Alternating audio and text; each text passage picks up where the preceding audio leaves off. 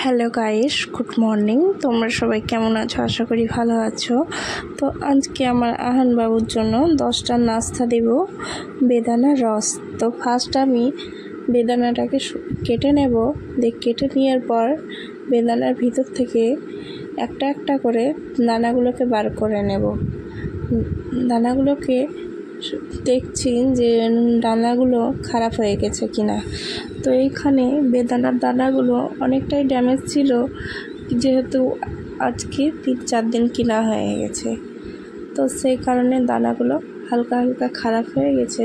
তো ভালো করে পরিষ্কার দানাগুলোকে আমি ছাড়িয়ে নেব। এখানে পুরো ছাড়ানো হয়ে গেছে, তো তাও কিছুটা লেগে আছে। তো ভালো করে আমি ছাড়িয়ে নিলাম। ছাড়িয়ে নেওয়ার পর ভালো করে এক সাইডে একটা দানা ছিল, মোটা দানা, ওটাকেও একটা একটা করে ছাড়িয়ে দেব। ছাড়িয়ে নেওয়ার পর যেগুলো ড্যামেজ সেগুলোকে আমি বেছে তুলে ফেলে দেব। তো এখানে পুরোপুরি পরিষ্কারগুলো দেওয়া হয়ে গেছে। তো আমি হালকা পানি দিয়ে বেদানাটাকে ধুয়ে দেব, ফ্রেশ করে ধুয়ে নেব। ধোয়ানো কমপ্লিট হয়ে গেছে। তারপর বেদানাটাকে বাটিতে আবার ঢেলে নেব। এখানে ঢেলে নেওয়া হয়ে গেছে। বেদানাগুলোকে আমি নিচড়ে চিপসে আমি রসগুলোকে গেলে নেব। তো এখানে রসগুলোকে হাত দিয়ে পরিষ্কার করে আমি বেদানার রসটাকে আবার চিপসে বার করে নিলাম। যেহেতু পুরোপুরি এখনও কমপ্লিট হয়নি বেদানার রসগুলো, তো আমি ভালো করে চিপসে এখানে বার করে নেব। পুরোপুরি বার করা হয়ে গেছে। তো সে কারণে এবার আমার আহান বাবুকে কোলে তুলিয়ে নিয়ে একটু একটু করে খাইয়ে দেব। তো এখানে পুরো একটু একটু করে খাচ্ছে, আর আমার বাবু আনন্দ নিচ্ছে। কারণ আমার বাবুর শরীরে কোনো হিমোগ্লোবিন ঠিকভাবে থাকতে চায় না, যেহেতু রক্তের কমে যায়। সে কারণে প্রতিদিন 10টার দিকে আমার বাবুকে বেদানার রস খাওয়াই আমি, যেহেতু হিমোগ্লোবিন ভালো থাকবে বলে।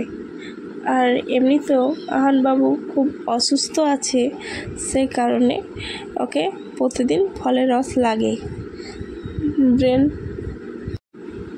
তো আমার এখানে আমার আহান বাবুকে পুরোপুরি খাওয়া কমপ্লিট হয়ে গেল, কিন্তু খাওয়ার জন্য আবার হা করছিল, কিন্তু একটা বেদানার রস ওকে খাইয়ে দিলাম।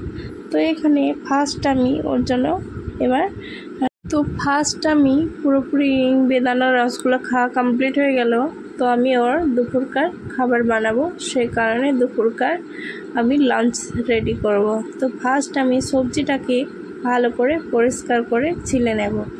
ছিলানো কমপ্লিট হয়ে গেছে। তো গাজরগুলোকে আমি কুচি ভরে রাখতে হয়। প্যাকেটের মধ্যে যদি রাখি তো সবজিগুলো টাটকা হয়ে থাকে। তো ফার্স্ট আমি গাজরটাকে কুচি করে কেটে নেব। পুরোপুরি কেটে নেওয়া হয়ে গেছে। সাইডে একটা টুকরো ছিল, ওটাকেও ভালো করে পরিষ্কার করে ছিলে নেব। ছিলে নেওয়ার পর একেও কুচি করে কেটে নেব। পুরোপুরি গাজরগুলো কাটা কমপ্লিট হয়ে গেল। তো প্লেটের এক সাইডে তুলে নেব। এখানে পুরোপুরি তুলে নিলাম। তো এখানে আরেকটা আমি হাফ পেঁয়াজ নেব। এখানে পেঁয়াজগুলোর খোসাগুলোকে পরিষ্কার করে ছাড়িয়ে নিয়ে ভিতরে এক সাইডটা একটু ড্যামেজ আছে, ওটাকে খোসাটাকে খুলে ফেলে দিলাম। তো এবার আমি পেঁয়াজটাকে ছোট করে কুচি করে কেটে নেব।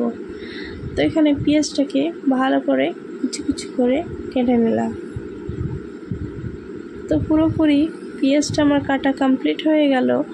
তো আবার পেঁয়াজটাকে হালকা করে আমি আরও কুচি করে নেব, থেতিয়ে। তো এখানে পুরো কাটা হয়ে গেল পেঁয়াজগুলোকে, সঙ্গে একটা প্লেটের মধ্যে কমপ্লিট। তো এখানে এক সাইডে রেখে দিলাম। তো এখানে হয়ে গেছে। তো একটা আলু নেব। তো আলুগুলোকে যেহেতু ছিলিনি, তা সুন্দর করে ছোট করে আমি কেটে নেব। একটা ছোট আলু, যেহেতু আহানবাবুর সবজি দিয়ে খাবার বানাবার জন্য। তো হয়ে গেল। তো এখানে আমি একটা এবার কারি পাতা নেব। তো কারি পাতাটাকে ভালো করে একটা একটা করে আমি ছিলে নিলাম। তো কারি পাতাগুলো ছিলানো কমপ্লিট হয়ে গেল। তো আমি গ্যাস ওভেন চালিয়ে দিলাম।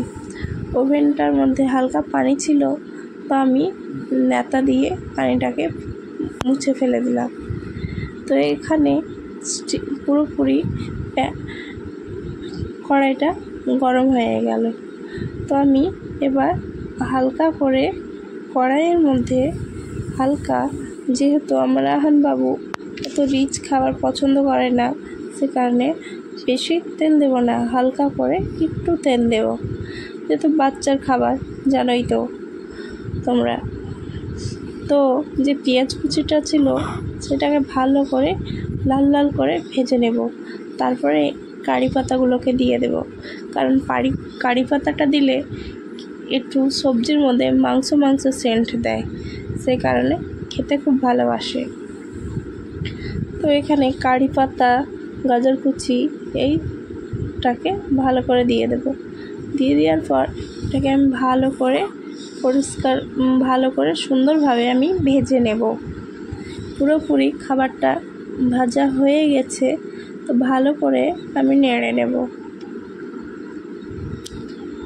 নাড়ানো কমপ্লিট হয়ে গেল। তো আমি এবার এখানে হালকা মতো লবণ দিয়ে দেব, হলুদ দিয়ে দেব পরিমাণ মতো।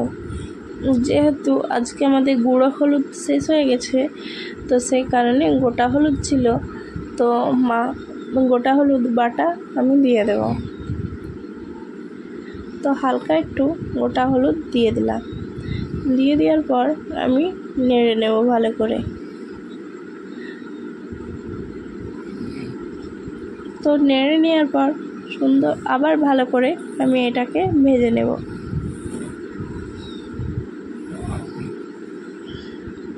ভাজানো কমপ্লিট হয়ে গেছে। দিয়ে হালকা করে এটা আরও টেস্টি খাবার বানাবার জন্য, যেহেতু আহানবাবুর আজকে খুব জ্বর, সে কারণে আরও পুরো ভিডিওটা আমি বানালাম না। তো আজকের মতো এখানেই সমাপ্ত। প্লিজ আমার চ্যানেলটাকে লাইক করো, ফলো করো, শেয়ার করো। আর এখানে আহান আক্তার বলে একটা পেজ আছে, পেজটাকে লাইক করো, ফলো করো, শেয়ার করো। আজকের মতো শেষ। আবার কালকে কি করছি কি না করছি আপনাদেরকে আপডেট দেব।